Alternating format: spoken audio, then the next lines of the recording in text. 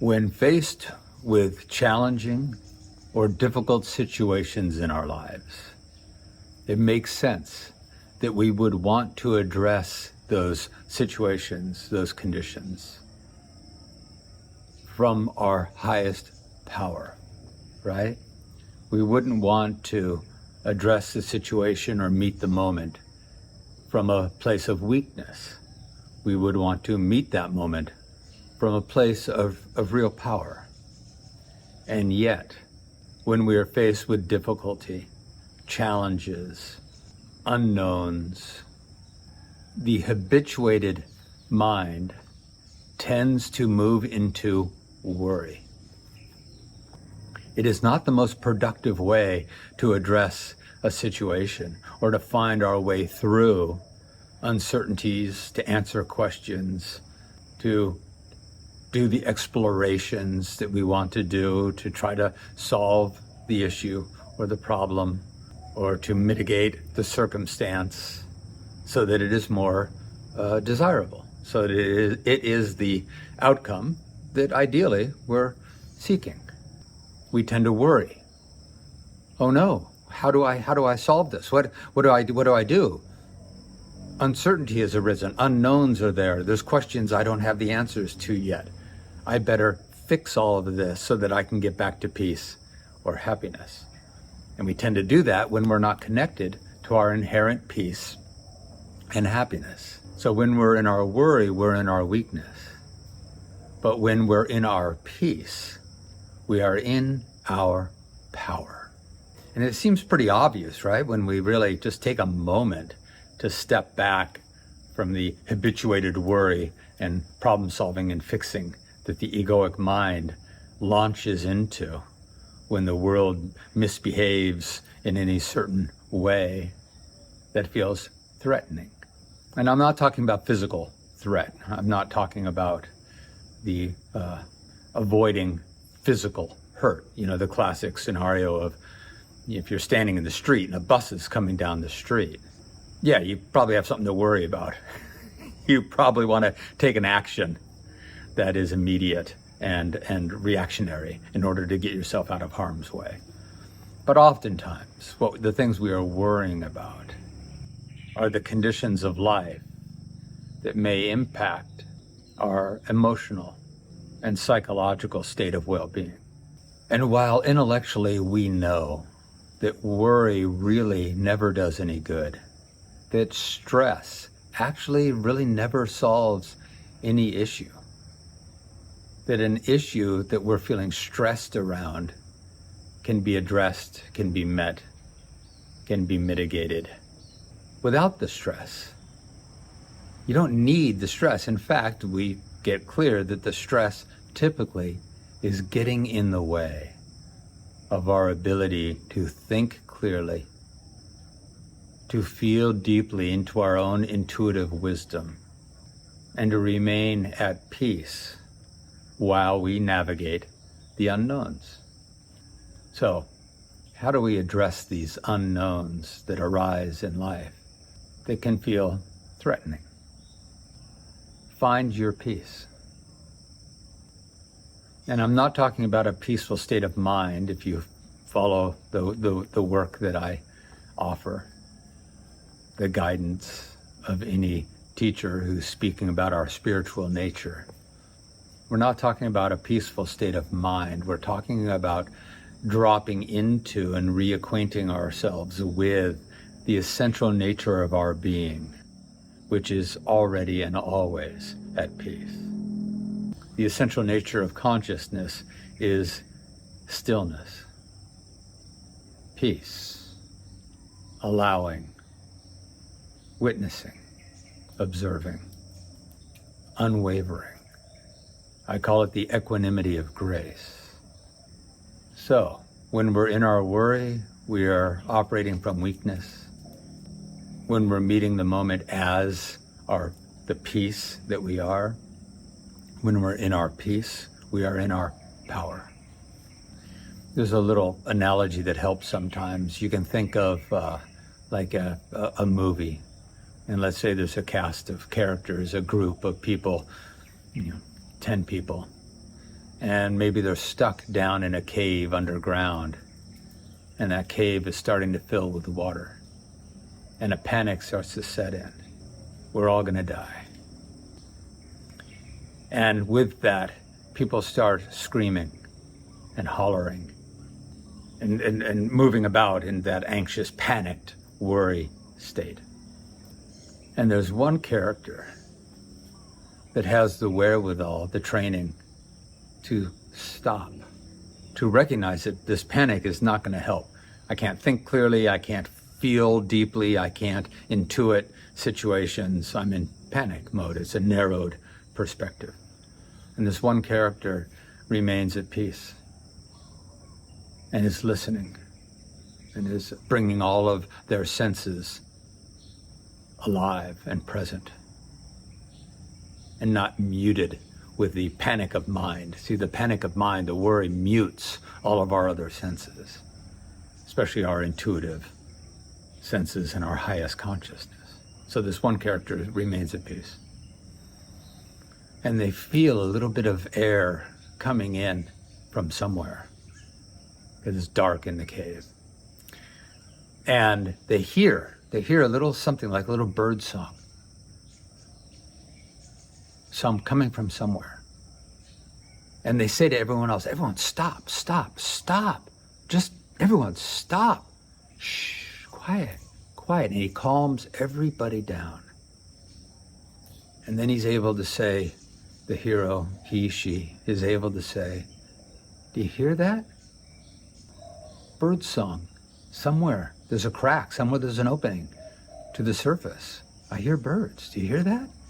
And the others go, yeah, now that I'm quiet. Yeah, I can hear that. And you feel that? There's a fresh breeze coming in from somewhere. And they're like, yeah, now that I'm quiet, now that I'm not panicked, now that I'm not in my worry state, I can feel that.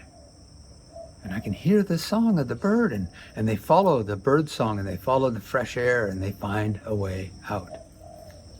So how do we find our peace, especially when we're triggered into worry? And I work with people who say, I don't know how to get out of the worry. It just happens. It just happens. I've always done it. I've always been a worrier. I don't know. How do you stop? How do you stop worrying?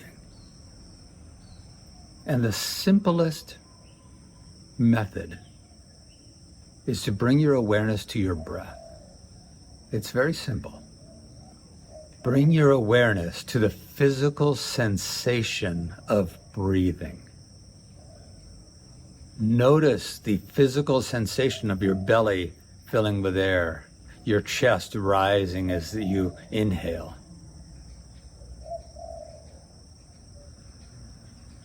Notice the shoulders rising or dropping a little bit with your inhale or exhale. Notice perhaps the temperature of the air if you're breathing through the nose, moving in through the nostrils. You're bringing all your awareness to the physical sensation of breathing. And then the mind gets active again and says, wait, we don't have time for this. We got to panic. Remember, we're trying to worry. And you just say, nope, just I'm doing my practice. You bring your awareness back to the physical sensation of breathing. Notice the pace of your breath.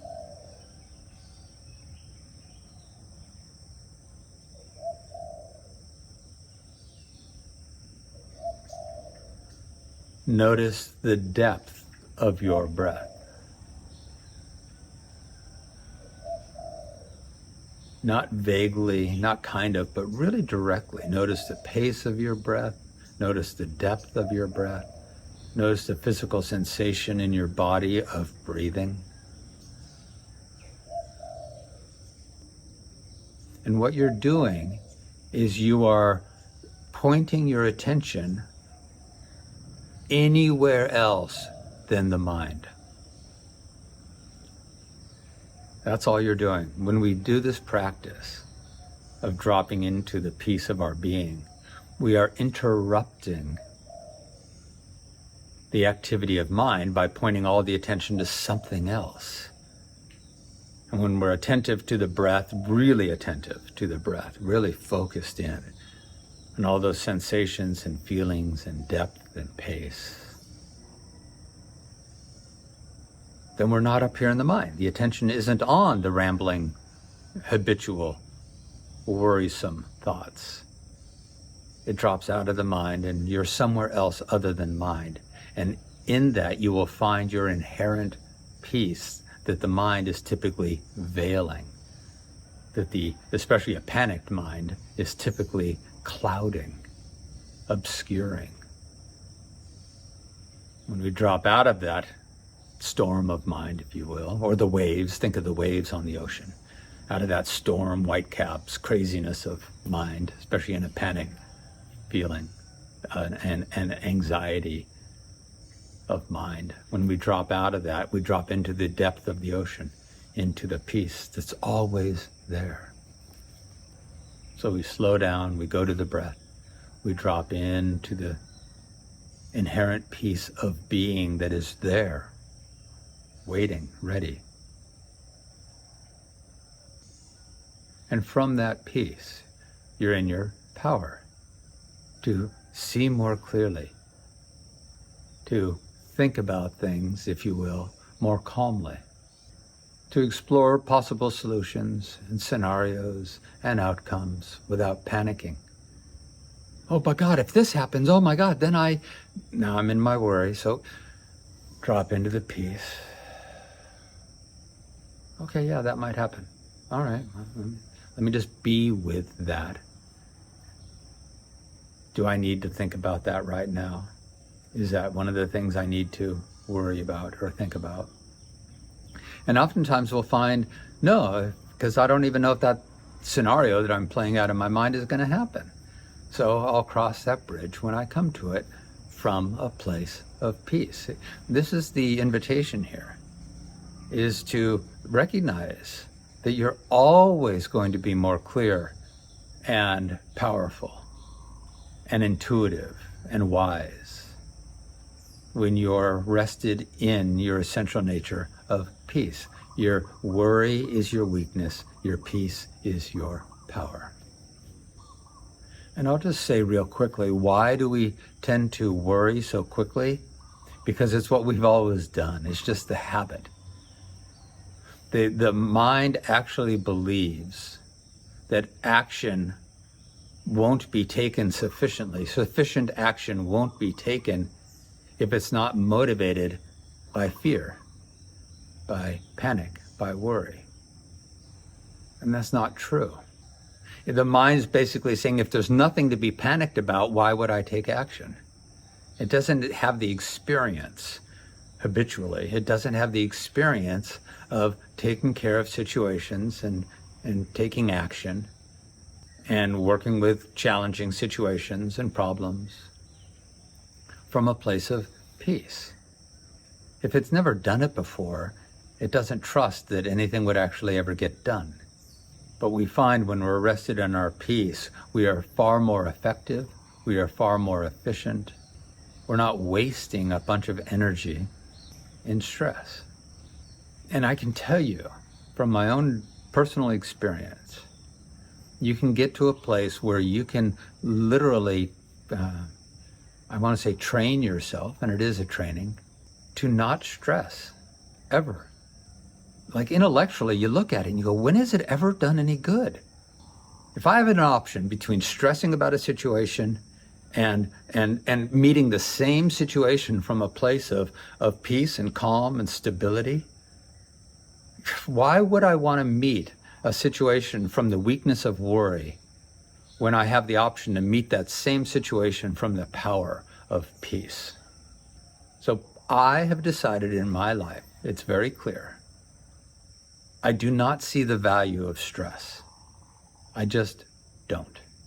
I've looked at it, I've felt into it, I've never seen where it's been of value.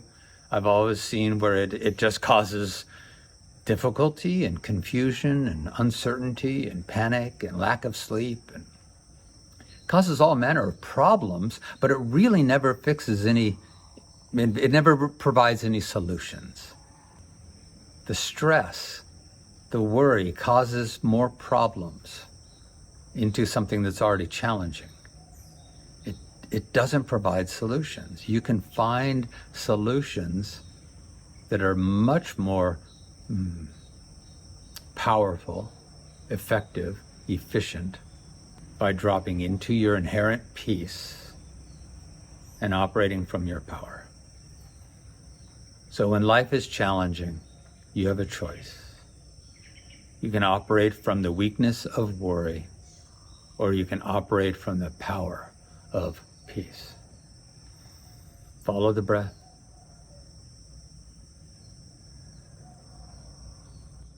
Let the body relax.